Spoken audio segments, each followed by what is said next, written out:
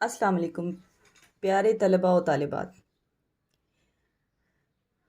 سورۃ الاحزاب کے رکوع نمبر 1 کی ایکسرسائز کے ساتھ آپ کے سامنے آپ کی ٹیچر حاضر ہے۔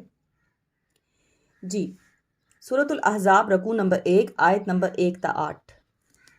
سب سے پہلے اس کے الفاظ معنی اس پہ بات کریں گے۔ لیکچر آپ لوگوں کو پچھلی ویڈیو میں دے چکی ہوں، اگر آپ میں سے کسی اسٹوڈنٹ نے ابھی تک نہیں سنا تو وہ سن لیں تاکہ ایکسرسائز کو سمجھنے میں اسے آسانی ہو۔ جی، الفاظ معنی پہ جاتے ہیں۔ سب سے پہلے ہے جوفی، دھڑ، پہلو، ادیاء، منہ بولے بیٹے، ادعوہم، انہیں پکارو، تعمدت، اس نے ارادہ کیا، اس عورت نے ارادہ کیا، اول الارحام، رشتہ دار، خونی رشتہ دار، خون کے رشتے، تظاہرون، تم ظہار کرتے ہو۔ اچھا، اب یہاں پہ بچے زیادہ تر کنفیوز ہو جاتے ہیں، وہ اس کو لکھ دیتے ہیں تم ظاہر کرتے ہو، اس میں لفظ ہے تظاہرون، تم ظہار کرتے ہو۔ ظہار کے بارے میں لیکچر میں بات ہو چکی ہے، دوبارہ بتا دیتی ہوں۔ ظہار سے مراد وہ ٹرم جو کہ کفار مکہ اپنے بیوی کو ماں کہہ بیٹھنے کے بعد استعمال کرتے تھے۔ قرآن مجید میں اللہ تعالیٰ نے اسے زہار کا نام دیا ہے۔ اہل عرب میں یہ عام سی بات تھی کہ جب وہ بیوی سے لڑتے تھے تو غصے کے وقت اپنی بیوی کو اپنی ماں سے تشبیہ دے دیتے تھے اور کہتے تھے کہ اب ان کا نکاح اپنی بیوی سے ٹوٹ گیا ہے، لہٰذا اب ان کی بیوی ان پر حرام ہو گئی ہے۔ ٹھیک ہے، تو اب اسلام قبول کرنے کے بعد بھی کافی سارے لوگ اس غلط فہمی کا شکار تھے، اور جو منہ بولا بیٹا ہوتا تھا تو اس کی جو بیوی تھی اس حوالے سے بھی مطلب جو منہ بولا بیٹا ہوتا تھا اس کی بیوی سے نکاح بھی حرام تھا، یعنی کہ بہت ساری ایسی غلط رسوم و رواج تھے جو کہ ابھی تک چل رہے تھے۔ تو اللہ تعالیٰ نے سورۃ الاحزاب میں زہار کے حوالے سے، منہ بولے بیٹے کے حوالے سے، منہ بولی بہو سے نکاح کے ساتھ نکاح کے حوالے سے بہت سارے احکامات بتائے، جس کو ہم انشاءاللہ ساتھ ساتھ ڈیفائن کرتے جائیں گے۔ ٹھیک ہے، تو زہار کی سمجھ آ گئی ہوگی آپ لوگوں کو کہ زہار کا مطلب ہے وہ کسی انسان کا اپنی بیوی کو یہ کہہ بیٹھنا کہ تم میری ماں کی طرح ہو، اور پھر یہ سمجھنا کہ وہ میری ماں کی جیسی بن گئی ہے۔ تو اللہ تعالیٰ کہتے ہیں اس صورت میں کہ تمہاری جو مائیں ہیں وہ وہی مائیں ہیں جو کہ تمہیں پیدا کرتی ہیں، کسی کو کہہ دینے سے وہ تمہاری ماں نہیں بن جاتی۔ اقسطو، افواہی، منہ، جمع، یہ منہ یعنی کہ جمع ہے، اس کی واحد نہیں ہے یہ۔ افواہی، منہ یعنی کہ زیادہ لوگوں کی بات ہو رہی ہے یہاں پہ۔ اقسطو، زیادہ منصفانہ بات، انصاف کی بات۔ اولا، زیادہ حق رکھنے والا، زیادہ مقدم، زیادہ قریب، زیادہ نزدیک۔ مستورن، لکھا ہوا۔ سوال نمبر 1، سبق کی ابتدا میں رسول اللہ صلی اللہ علیہ وآلہ وسلم کو کن باتوں کی تلقین کی گئی؟ جی، بہت ہی وضاحت کے ساتھ کل ہم نے بھی یہ پڑھا تھا، لیکن دوبارہ ہم اس کو سوال جواب کے اس میں بتا دیتی ہوں میں آپ کو۔ سبق کی ابتدا میں درج ذیل باتوں کی تلقین کی گئی۔ سب سے پہلے کہا گیا تقوی اختیار کرو، اللہ سے ڈرو، اے نبی صلی اللہ علیہ وآلہ وسلم اللہ سے ڈرو، تقوی اختیار کرو۔ دوسری بات، کفار اور منافقین کا کہنا نہ مانو، وہ کیا کہتے ہیں اس بات کی طرف دھیان نہ دو۔ جو باتیں آپ صلی اللہ علیہ وآلہ وسلم پر وحی کی جاتی ہیں ان کی پیروی کرو۔ ٹھیک ہے، اللہ کی ذات پر توکل اور بھروسہ کرو۔ یہ 4 باتیں بتائی گئیں، یہ 4 چیزیں کرنے کا حکم دیا گیا۔ پہلی، تقوی اختیار کرو۔ دوسری، کفار اور منافقین کا کہنا نہ مانو۔ تیسری، جو اللہ تعالیٰ نے آپ پر وحی بھیجی ہے اس کی پیروی کرو۔ اور چوتھی، اللہ تعالیٰ کی ذات پر بھروسہ اور توکل کرو۔ سوال نمبر 2، اس سبق میں سورۃ الاحزاب کی آیات میں منہ بولے بیٹوں کے حوالے سے کیا ہدایات دی گئی ہیں؟ جی، زمانہ جاہلیت کے عربوں میں یہ رواج عام تھا۔ جی، آپ نے جب اس سوال کا جواب لکھنا ہے تو اس میں آپ نے پہلے بتانا ہے کہ یہ جو ہدایات ہیں وہ دی کیوں گئی ہیں، اس کی وجہ کیا ہے۔ اس کی وجہ آپ نے پہلے لکھنی ہے کہ زمانہ جاہلیت کے عربوں میں رواج تھا کہ جب کوئی شخص کسی کو اپنا منہ بولا بیٹا بنا لیتا تو وہ اسے حقیقی اولاد کی طرح سمجھتا تھا، اور اسے اپنے اصلی باپ کے بجائے اس کے پالنے والے باپ کے نام سے پکارا جاتا تھا۔ جیسے فرض کریں ایک شخص ہے جس کا نام جو ہے وہ زید بن حارثہ ہے، ٹھیک ہے، اور اس کے پالنے والا جو شخص ہے اس کا نام ابو بکر ہے، تو اس کو زید بن حارثہ کے بجائے زید بن ابو بکر کہا جاتا تھا، ٹھیک ہے۔ تو اور اسے تمام وہ حقوق حاصل تھے، جب یعنی کہ اس کا منہ بولا بیٹا مر جاتا تھا تو اس کی جائیداد میں اسے پورا پورا حصہ دیا جاتا تھا، یعنی اسے وہ تمام حقوق حاصل ہوتے تھے جو اس کی حقیقی اولاد کو حاصل تھے، ٹھیک ہے۔ اسلام نے اس بات کو ختم کر دیا۔ اسلام نے کہا کہ ٹھیک ہے، منہ بولا بیٹا آپ بنا سکتے ہیں، کوئی مسئلہ نہیں اس میں، لیکن منہ بولا بیٹا آپ کا سگا بیٹا نہیں ہوگا، اس کو وہ تمام حقوق نہیں ملیں گے جو کہ آپ کے اصلی بیٹے کو ملتے ہیں، جیسے کہ جائیداد ہو گئی۔ جائیداد میں جو آپ کے اصلی وارث کا حصہ ہے وہ آپ اپنے منہ بولے بیٹے کو نہیں دے سکتے، ٹھیک ہے۔ کسی کو منہ بولا بیٹا تو بنایا جا سکتا ہے، لیکن اسے پکارا کس سے جائے گا؟ اس کے اصلی باپ کے نام سے پکارا جائے گا، اسے جائیداد میں حصہ بھی نہیں ملے گا، اور منہ بولے بیٹے کی جو بیوی ہے وہ پالنے والے شخص کی حقیقی بہو نہیں ہوگی۔ اگر منہ بولا بیٹا اس بہو کو طلاق دیتا ہے یا اس کا انتقال ہو جاتا ہے تو وہ جو پالنے والا شخص ہے وہ اپنی اس منہ بولی بہو سے نکاح کر سکتا ہے، ٹھیک ہے جی۔ یہ سوال ہو گئے ہمارے دو۔ اس کے بعد تیسرا جو ہمارا اس میں کوسچن ہے وہ ہے مدرج ذیل عبارات کا مفہوم بیان کیجئے۔ النبی اولا بالمؤمنین، نبی صلی اللہ علیہ وآلہ وسلم مومنوں کے لیے بڑھ کر ہیں، مقدم ہیں، ہر کسی سے مقدم ہیں، من انفسہم، ان کی جانوں سے بھی زیادہ۔ یہ اتنا سا پورشن سمجھے کہ نبی صلی اللہ علیہ وآلہ وسلم مومنوں کے لیے ان کی جانوں سے بڑھ کر ان کے لیے عزیز ہیں، یا ان کے اوپر ان کی جانوں سے بڑھ کر حق رکھتے ہیں۔ وَأَزْوَاجُهُ، اور ان کی ازواج، ان کی بیویاں، یعنی کہ آپ صلی اللہ علیہ وآلہ وسلم کی بیویوں کی بات ہو رہی ہے کہ آپ صلی اللہ علیہ وآلہ وسلم کی بیویاں امہاتہم ان کی مائیں ہیں، ان سے مراد یہاں پر مسلمان ہیں، ٹھیک ہے۔ نبی صلی اللہ علیہ وآلہ وسلم مومنوں کے لیے ان کی جانوں سے بھی زیادہ حق رکھتے ہیں، اور ان کی بیویاں، آپ صلی اللہ علیہ وآلہ وسلم کی بیویاں مومنوں کی مائیں ہیں، ٹھیک ہے۔ اس آیت میں اللہ تعالیٰ حضرت محمد صلی اللہ علیہ وآلہ وسلم کی شان اور فضیلت بیان کر رہے ہیں کہ آپ صلی اللہ علیہ وآلہ وسلم تمام انسانوں میں سب سے اعلیٰ اور افضل ہیں، اور آپ کے انسانوں پر بہت زیادہ احسانات ہیں۔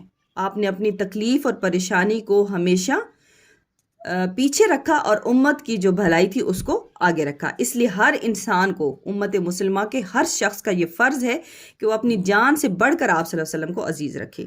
آپ صلی اللہ علیہ وسلم راتوں کی نیندیں چھوڑ کر اپنی امت کے لیے اللہ کے حضور گڑ گڑاتے تھے، اور ہمیں چاہیے کہ اپنے جو نبی ہیں ہمارے، انہیں اپنی جان اور مال سے زیادہ عزیز رکھیں، ٹھیک ہے۔ اچھا، اس بات کو آپ صلی اللہ علیہ وسلم کی حدیث مبارکہ سے پھر آپ نے یہاں پہ کوٹ کرنا ہے، ٹھیک ہے۔ اس کو آپ جب کسی آیت اور حدیث کا حوالہ کسی سوال کے جواب میں دیتے ہیں تو اس کے آپ کو مارکس زیادہ ملتے ہیں۔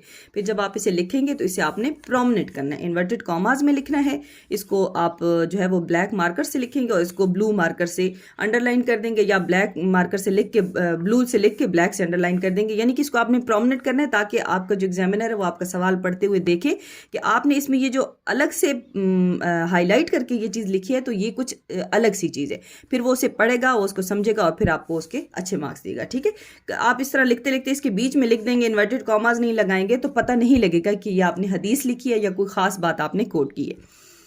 آپ یہاں پہ لکھیں گے کہ آپ صلی اللہ علیہ وسلم نے فرمایا کہ تم میں سے کوئی شخص اس وقت تک مومن نہیں ہو سکتا جب تک میں اسے اس کی جان، والدین اور اولاد سے بڑھ کر محبوب نہ ہو جاؤں، یعنی کہ آپ صلی اللہ علیہ وسلم نے کسی شخص کی مومن ہونے کی نشانی یہ بتائی کہ ہم مومن ہی تب ہوتے ہیں جب ہمیں آپ صلی اللہ علیہ وآلہ وسلم اپنی جان، اپنے اولاد اور اپنے والدین اور مال سے بڑھ کر عزیز ہو جاتے ہیں، ٹھیک ہے۔ تب تک کوئی مومن ہی نہیں ہو سکتا۔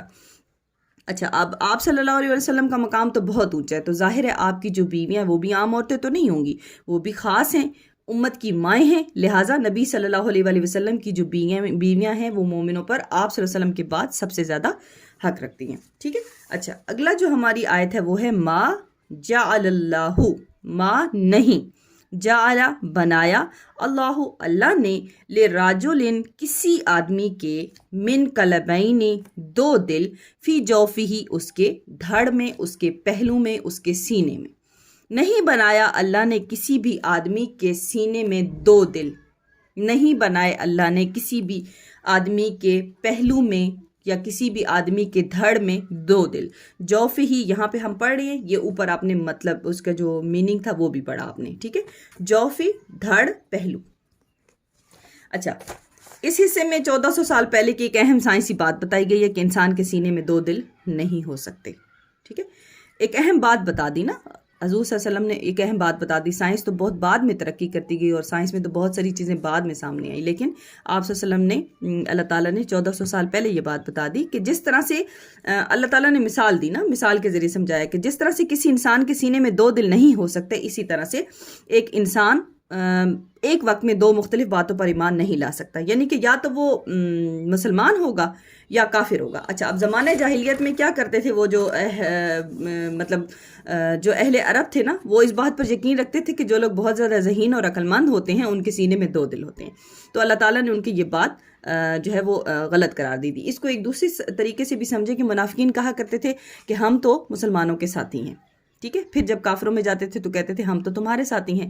تو اللہ تعالیٰ کہتے ہیں کہ کسی بھی انسان کے سینے میں اللہ تعالیٰ نے دو دل نہیں بنائے. اگر کوئی شخص برائی کے راستے پر ہے تو وہ برائی کے راستے پر ہی ہوگا، اور اگر وہ اچھائی کے راستے پر ہے تو وہ اچھائی کے راستے پر ہوگا. یہ نہیں ہو سکتا کہ وہ ایٹ اے ٹائم دونوں کام کرے، ٹھیک ہے.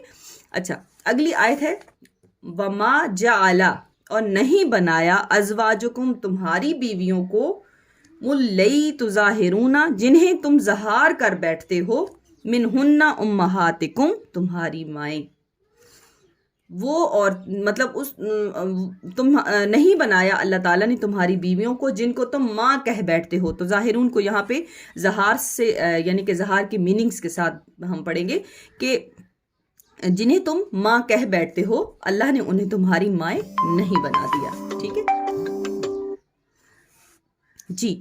اسلام سے پہلے عرب معاشرے میں رسم زہار عام تھی. رسم زہار کی وضاحت میں نے آپ کو کی کہ جب کوئی شوہر غصے میں آ کر اپنی بیوی کو ماں کہہ بیٹھتا یا ماں سے تشبیہ دے دیتا تو وہ اس پر اسی طرح سے حرام ہو جاتی جس طرح اس کی حقیقی ماں اس پر حرام ہوتی ہے. اللہ تعالیٰ فرماتے ہیں کہ اس طرح کہنے سے وہ تمہاری ماں نہیں بن جاتی، ماں صرف وہی ہوتی ہے جو تمہیں جنم دیتی ہے. اس جاہلانہ رسم کو حرام قرار دے دیا گیا، لیکن اب حرام قرار بھی دے دیا گیا اور یہ بھی کہہ دیا گیا کہ وہ ماں نہیں بن جاتی، لیکن اس کا مطلب یہ نہیں کہ یہ بات اس کی آزادی دے دی گئی. یہ بات غلط ہی ہے. اگر کوئی غلطی سے ایسا کر دے تو اس کا پھر آگے ہرجانہ بتا دیا گیا، اس کا جرمانہ بتا دیا گیا، اس کا ازالہ کرنا بتا دیا گیا. اور وہ ازالہ کیا ہے کہ اگر کوئی شخص ایسا کر بیٹھے گا غلطی سے تو وہ توبہ کرے گا، ایک غلام آزاد کرے گا، مسلسل 2 ماہ روزے رکھے گا، ٹھیک ہے، اور جو ہے وہ اس طرح سے اس کی اس غلطی کی اللہ تعالیٰ اسے معافی دے دیں گے. ٹھیک ہے. اچھا جی، یہ ہو گئی ہماری ایکسرسائز جس میں ہم نے الفاظ معنی، سوال جواب اور اس کے ساتھ ساتھ ہم نے عبارات کا مفہوم پڑھا. ٹھیک ہے. اب اس کے ساتھ چھوٹے چھوٹے سے جو سوالات بنتے ہیں جو کہ اس لیسن میں آ رہے ہیں، اس میں سب سے پہلے جو سوال آئے گا وہ ہے جی احزاب کے معنی کیا ہیں. ٹھیک ہے. احزاب کے معنی ہیں گروہ یا جماعت. سورۃ الاحزاب کے نام کی وجہ تسمیہ بتائیں. سورۃ الاحزاب کا نام احزاب اس لیے رکھا گیا کیونکہ اس میں غزوہ احزاب کا ذکر کیا گیا ہے. غزوہ احزاب کب پیش آیا؟ اب اس کی جو نزول کا وقت ہے وہ میں نے آپ کو بتایا تھا 5 ہجری. ٹھیک ہے. تو جب 5 ہجری میں یہ غزوہ احزاب آیا، سورۃ الاحزاب نازل ہوئی، تو اسی طرح سے ساتھ ہی جو ہے وہ غزوہ احزاب بھی ہوا. اچھا، غزوہ احزاب کا ایک اور نام ہے، وہ کیا ہے؟ غزوہ احزاب کا دوسرا نام ہے غزوہ خندق. اسے غزوہ خندق کیوں کہتے ہیں؟ کیونکہ اس غزوہ میں مسلمانوں نے اپنی حفاظت کے لیے مدینہ کے ارد گرد خندق کھودی تھی. ٹھیک ہے. غزوہ خندق کس صحابی کے مشورے پر کھودی گئی؟ جنرل نالج کا سوال ہے، آپ کو پتہ ہونا چاہیے، MCQs اکثر ان میں سے آ جاتا ہے. حضرت سلمان فارسی رضی اللہ تعالیٰ عنہ کے مشورے پہ کھودی گئی. ٹھیک ہے. اچھا، غزوہ احزاب میں کیا نتیجہ نکلا؟ اچھا، کیا نتیجہ نکلا تھا؟ مشرکین مکہ جو ہے وہ اپنے اتحادی قبائل کے ساتھ مسلمانوں پر چڑھائی کرنے کے لیے آ گئے، لیکن اللہ تعالیٰ نے جو ہے وہ مسلمانوں کی مدد کی اور اللہ نے ان کے دلوں میں پھوٹ ڈال دی ایک دوسرے کے لیے. سخت سردی ہو گئی، اللہ نے آندھی بھیجی اور اس طرح سے مسلسل وہ محاصرہ کر کر کے تنگ ہو گئے اور مسلمانوں کو اللہ تعالیٰ نے فتح دی. ٹھیک ہے. اچھا، اس میں لفظ استعمال ہوا ہے متبنہ. ٹھیک ہے. کیا لفظ ہے؟ متبنہ. تو اس سے کیا مراد ہے؟ اس سے مراد ہے منہ بولے بیٹے. اگر کوئی شخص کسی دوسرے شخص کے بیٹے کو گود لے لے اور اپنے حقیقی اولاد کی طرح اس کی پرورش کرے تو اس بچے کو متبنہ کہا جاتا ہے. ٹھیک ہے. اچھا جی، زمانہ جاہلیت میں متبنہ کے بارے میں کیا قانون تھا؟ زمانہ جاہلیت میں متبنہ کو حقیقی بیٹا مانا جاتا تھا اور اس کو جائیداد میں حصہ دیا جاتا تھا، اور اس کے جو بیوی ہوتی تھی جس کو وہ اگر طلاق دے دیتا یا وہ بیوہ ہو جاتی تو اس سے پالنے والا جو شخص ہے وہ نکاح نہیں کر سکتا تھا، ٹھیک ہے۔ اچھا جی، سورۃ الاحزاب کی رکوع نمبر 1 میں آخری آیات میں کن 5 انبیاء سے عہد لینے کا ذکر آیا ہے؟ تو وہ 5 انبیاء کون سے تھے؟ حضرت نوح علیہ السلام، حضرت محمد صلی اللہ علیہ وآلہ وسلم، حضرت ابراہیم، حضرت موسیٰ، حضرت عیسیٰ، ٹھیک ہے۔ یہ 5 انبیاء کرام تھے جن کا جو ہے وہ ذکر آیا ہے، ٹھیک ہے جی۔ اچھا، اس کے بعد اس میں زہار کے حوالے سے سوال آ سکتا ہے شارٹ کوسچنز میں کہ زہار کا کیا مطلب ہے؟ تو زہار میں آپ نے زہار کی وضاحت کرنی ہے کہ زہار سے مراد زمانہ عرب کی وہ جاہلانہ رسم تھی جس میں وہ اپنی بیوی کو ماں سے تشبیہ دے بیٹھتے تھے اور پھر کہتے تھے کہ ان کی جو ماں ہے وہ جو ہے وہ اس کی جو بیوی ہے وہ اس کی ماں بن گئی، لہٰذا اس کے ساتھ اس کا جو نکاح ہے وہ حرام ہو گیا، ٹھیک ہے جی۔ یہ ہمارا پہلی جو ایکسرسائز تھی کلاس 10th کی سورۃ الاحزاب کے رکوع نمبر 1 کی وہ کمپلیٹ ہو گئی۔ جن طلبہ اور طالبات کو اس میں اگر کوئی چیز سمجھ نہ آئی ہو یا وہ اس کی مزید وضاحت چاہتے ہوں وہ کمنٹ سیکشن میں مجھے ضرور میسج کریں تاکہ میں ان کو تسلی بخش جواب دے سکوں۔ انشاءاللہ اگلے رکوع کی وضاحت اور ترجمے اور تشریح کے ساتھ آنے والی ویڈیو میں آپ کو اس کی لیکچر ملے گا اور اس کے ساتھ ساتھ پھر ہم اس کی ایکسرسائز کرتے جائیں گے، اور انشاءاللہ ساتھ ہی میں آپ کو پیپر پریزنٹیشن اور پیپر اٹیمپٹ کرنے کا طریقہ بھی سکھاؤں گی تاکہ عنقریب جو آنے والے آپ کے فائنل پیپرز ہیں تو اس میں آپ لوگ زیادہ اچھے مارکس لے سکیں۔ اگر آپ لوگوں نے میرا چینل سبسکرائب نہیں کیا تو اسے سبسکرائب کریں اور بیل آئیکن دبانا نہ بھولیے گا تاکہ آپ کو میرے جو ویڈیوز ہیں اس کی خبر ان ٹائم ملتی رہے۔ تب تک کے لیے مجھے اجازت دیجیے، اللہ حافظ۔